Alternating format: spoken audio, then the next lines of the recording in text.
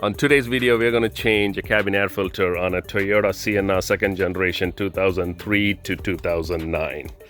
And it is fairly simple. It's behind the glove box. You drop the glove box, clean all contents within that because we're going to drop it. And then you come down to this retainer shock here and pull that out. And then you basically squeeze both sides, one and this side. And let it drop. Once you drop, you will have full access to the cabin air filter housing. See, the arrow says up here. That is for this plastic cover, so we know which orientation the cover goes in.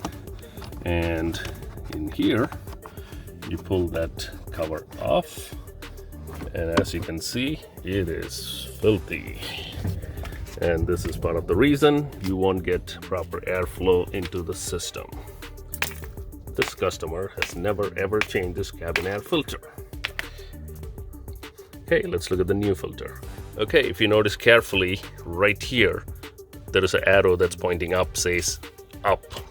And because of that, customer installed this airflow on the filter as up. But if you notice, all the debris was on top here, which means the air is blowing top to bottom. And this is a common misconception that this is the air direction. This is not the air direction indicator. This is the plastic mounting indicator. The actual airflow is coming from top to bottom. Let's put it the right way so that the debris is caught more effectively on the top with the sticky substance they put on the air filters and stuff like that.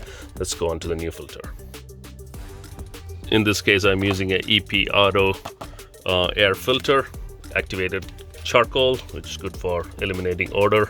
If you notice, putting the airflow direction down because the air is flowing from top to bottom in this case. And let's just slide it in there. Nice fit, no problems.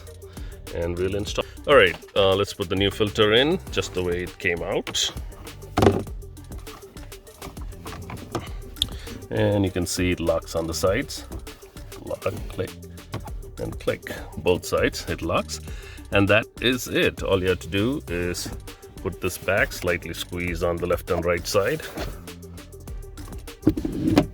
It goes in.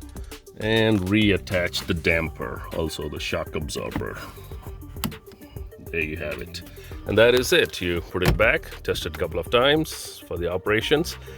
And that is it for changing a cabin air filter on a second generation Toyota Sienna. This goes for other Toyotas too in that generation from 2003 till 2010, which is when the next refresh came.